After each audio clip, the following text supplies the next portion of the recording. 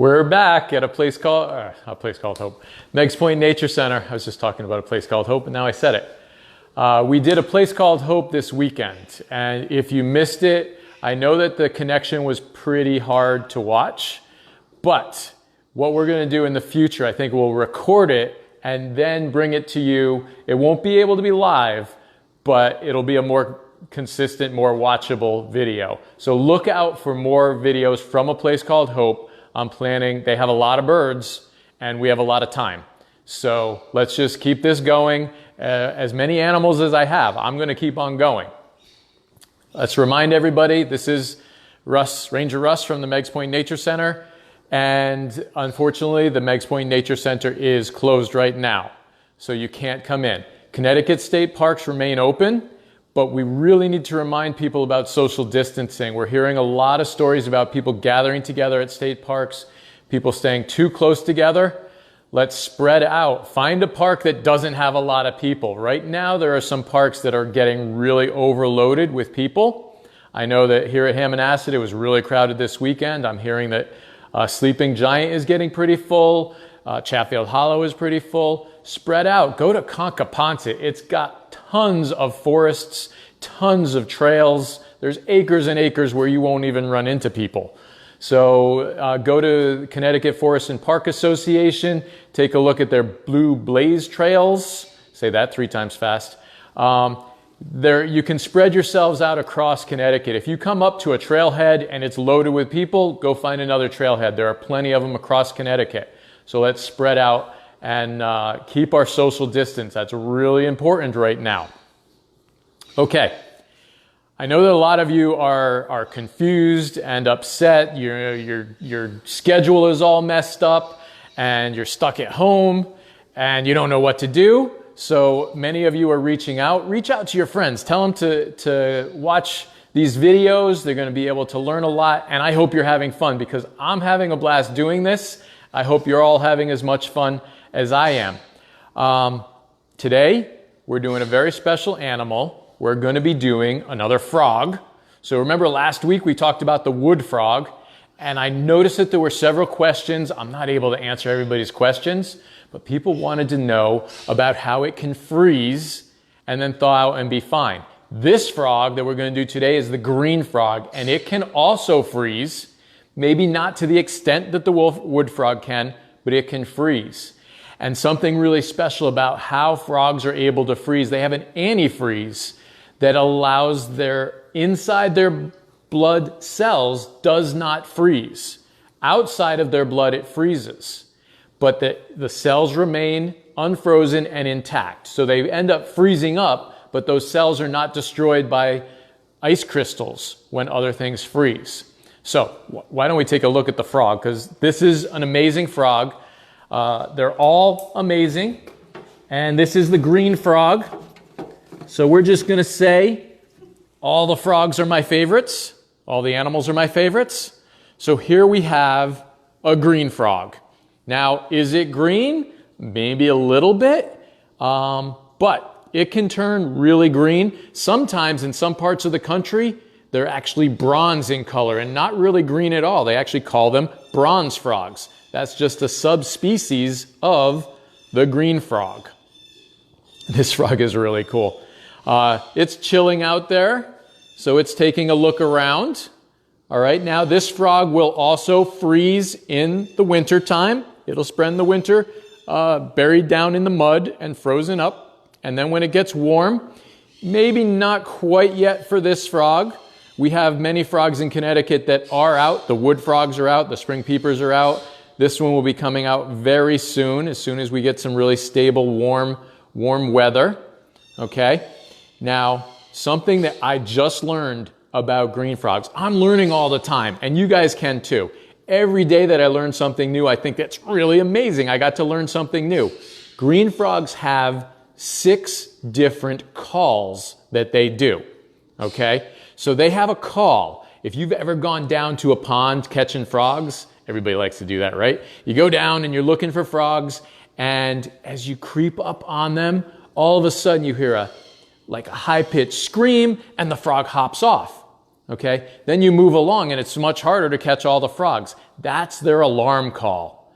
When you get near the green frog, if it sees you before you see it and it thinks that you're a threat to it, it's going to scream and hop away. And that tells all the other frogs around the pond that there's something out here that we don't want to get near. And then if you get close to them, you can't even get as close, they hop away. And they do the scream too. So that tells all the frogs in the pond that something is hunting frogs today. And that's how they stay away. So that's really amazing, right? They have this little alarm call that tells everybody else it's time to run away. They also, the boys, they have their territorial calls. They sit up and say, this is my area, you know, stay away, broom, broom, broom. It sounds kind of like, they say it sounds like a banjo being plucked, a single string on a banjo being plucked. So kind of a twang is their call. Now, the males do that. They also have a secondary territorial call that's the more intense call. It's the, you know, normally it's the, this is my territory, everybody stay away. Hey guys, this is my territory. When they get their intense call, it's, hey, this is my territory, stay away. It's a lot bigger, but it's a completely different call. So 6 different calls that this little frog makes to communicate all different things. When they're just happy sitting on a lily pad saying, hey, everything's hunky-dory, that's a different call, okay? Now, amphibians are indicator species. We talked a little bit about it with our other amphibian videos, and I'm going to remind everybody, if you go to meigspointnaturecenter.org, to our virtual learning center, you can see all of our videos and you can learn a lot more about amphibians. But an indicator species means that because they can absorb things through their skin, they also will absorb toxins and be affected before another animal. Like say a fish, they have to ingest the toxin and it takes time for it to get into their system. A frog can absorb directly through their skin right into their system, right into their blood. So if there's something bad in the water, the frog is going to know it first. So we keep an eye on our amphibians, frogs and salamanders. We keep an eye on their populations. And if there's a sudden drop of the number of frogs or salamanders, we know that something has happened in the water that's not good. So everybody needs to remember that this is an indicator of bad things. You may have heard of a canary in a coal mine. I don't know if anybody's old enough to remember that, but years ago, miners would bring canaries down in the coal mines. And if the gas levels got too high in the coal mine, then the canary would stop singing. If they stayed too long, the canary might die. But as soon as the canary stopped singing, they all got out of the mine because something bad was happening. That was their indicator that something bad was there. So these frogs are our indicator how freshwater habitats, how healthy they are. These guys only live in freshwater. They don't like salt water. They can be in large ponds and lakes, smaller ponds, little streams, brooks, big rivers, any body of water. And this is one of the frogs in Connecticut that spends most of the summer around its body of water. So it's going to stay near water. Most of the frogs we have, like the wood frog, lives out in the forest. So most of the frogs are only around the water during the spring, and then they hop off. Let's take a look. Can you guys see that big circle right behind its eye? That's its ear. It has an external ear. It's kind of like our eardrum inside of us, and it can feel vibrations with it. And because this one is so large, see how it's bigger than its eye? I know that this is a boy green frog. The girls, that ear is the same size or smaller than the eye, and with the boy, it's much, much larger than the eye. Now, when these come out first thing in the spring, they're going to have a lot of yellow on them. You can see not a lot of yellow on this frog. And I think it's time to put this one down. He's getting a little squirmy. We don't want to hold them too long.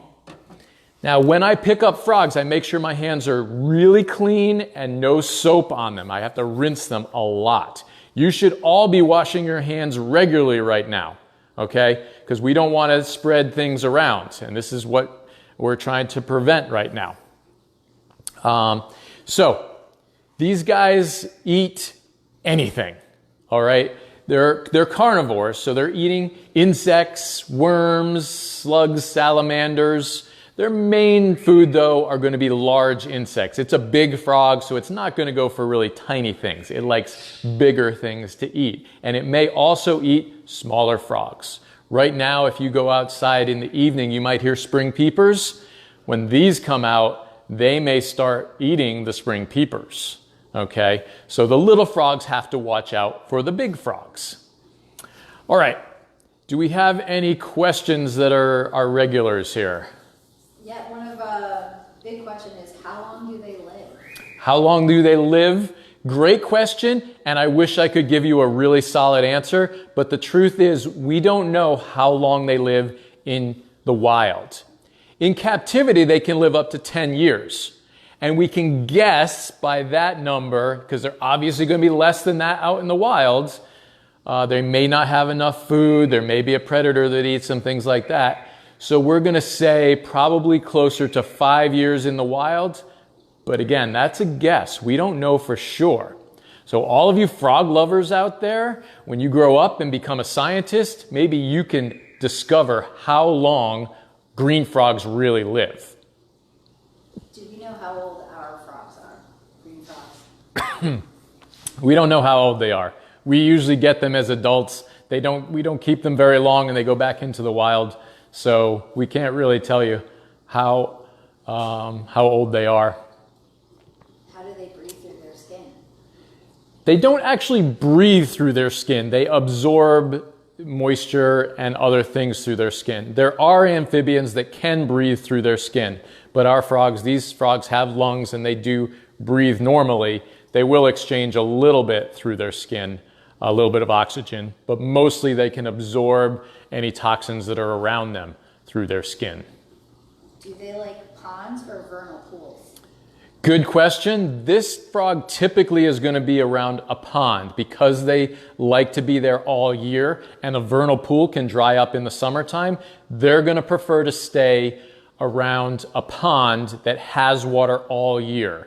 So not shallow vernal pools. How long can they hold their breath underwater? Good question. Again, that's another one that we don't know for sure. They can hold their breath at least 5 minutes. And I only know that because a long time ago, I used to time frogs, how long they would hold their breath. And the longest I got, and it actually wasn't even this kind of frog, it was a bullfrog. The longest they would stay under was 5 minutes. But I know that they can stay under longer than that because that was just in a tank and I was just sitting there watching the frog. The things you do. Sam would like to know how high they can jump. These frogs are pretty good jumpers, not the best in Connecticut. The height-wise, not very high, maybe 1.5 feet or so, but they can get almost 3 feet in a length distance. So they can jump pretty good there. And what are the predators of these frogs? That's a good question. They have a load of predators. Mink, all the weasels, so fishers, mink, and weasels will all eat them. Otters, that's in the weasel family, they'll eat them. There are many owls that will eat them. Some hawks will eat them. Raccoons, fox, larger frogs, snakes. Lots of snakes like to eat them. Fish, when they're swimming around, they have to watch out for big fish. So they tend not to go out into open water where those big fish can come up and grab them from the bottom. So there are lots of things that can eat them. I see again somebody's asking, how do they freeze? They have an antifreeze again that prevents their blood cells from freezing, allows the rest of the body to freeze, and then they thaw out and they're fine. We don't know technically how that works. We're studying it because we're working on being able to freeze people and thaw them out and have them be okay, but we don't know yet how they're able to do it. How big can they get? That's a good size, maybe a little bit larger than the one we looked at. So up to, I'd say, about 3 inches is how large they can get. Actually, it says 4 inches. I have a cheat sheet. It says 4 inches. And one of the other questions is, besides what they like to eat again, is if somebody catches frogs in their pool, and they just wondered if these might be the ones in their pool. So the question is this the frog that might be in your pool? It might be. There are lots of frogs that go to pools this time of year, and coming from here on, the most likely thing that you're going to get in your pool will be a gray tree frog, which I am saving. We're going to be doing a gray tree frog program at some point, one of my favorite animals of all time. And what climate do these frogs prefer? These frogs, the green frogs, are found on the East Coast, or the eastern U.S. So the eastern half of the United States, from Canada all the way to Florida. So anywhere, temperate, subtemperate, all in this area, almost into tropical. And another good one is this the same as turtles where a female may be larger, or is the male larger? Male or female larger on the frog. For these frogs, they tend to be about the same size. Not really a difference between males and females. Okay, I want to thank everyone for tuning in again. Remember, we do this every Tuesday through Friday at 11 and 2 o'clock. This afternoon, we'll be in our water room, so you're going to find out about a creature that lives in Long Island Sound. And if you want more information, go to our virtual learning center. You can watch all the videos. You can get a little vocabulary list. We have a word search from last week. We'll be putting more of those together. We're going to be putting together a scavenger hunt. We're working on possibly doing an app with all the animals that we have, with all the information about these animals. So we can do lots and lots of things. I have to give a shout out to our friends group. The Friends of Hammonasset are feeding all the animals while the building is closed. So big shout out to them. And I'm going to ask everybody, follow us on Facebook, like us on Facebook, whichever one you want to do. Go to our website. The more people we can get to know about this, the more people we have watching it, the more people I'll get to share this with. And I really appreciate being able to share this with all of you. So again, this is Ranger Russ from the Meigs Point Nature Center, and we are signing off.